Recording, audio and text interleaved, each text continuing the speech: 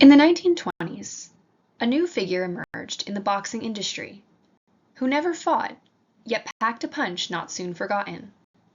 Madam Hranoush Sidky Bey, or Madam Bey. A native of Turkey, she arrived in Washington, D.C. with her husband, Turkish diplomat Sidky Bey, in 1897, quickly making her mark as a multilinguist, trained mezzo-soprano, and friend of President and Mrs. McKinley. Relocating to Chatham Township after her husband's resignation, Madam Bey operated a boxing training camp that gained international acclaim and shaped the careers of some of the most famous boxers of all time. Purchasing a 30-acre property on River Road, the Beys became neighbors with Freddie Welsh, the world lightweight champion from 1914 to 1917.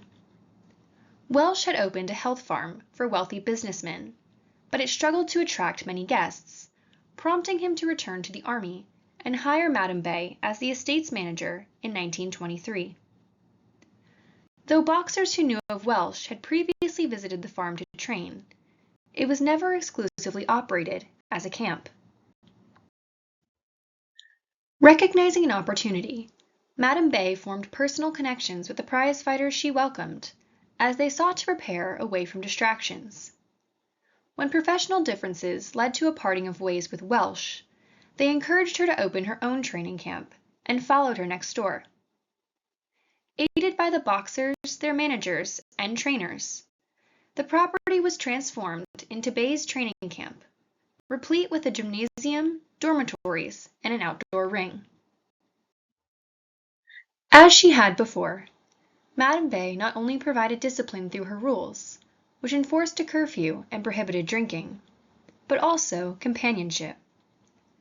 Bey fostered a familial environment where boxers came together to play cards or listen to the radio, and she became a maternal figure who offered guidance outside of the ring. Success bred further success, and many would-be champions flocked to Madam Bey's camp. Indeed, journalists, celebrities, and townspeople alike often crowded to watch practices, hoping to catch a glimpse of current title holders, just as much as they were of the woman behind the site's namesake. Madam Bey remained at the helm of her training camp until her death in 1942.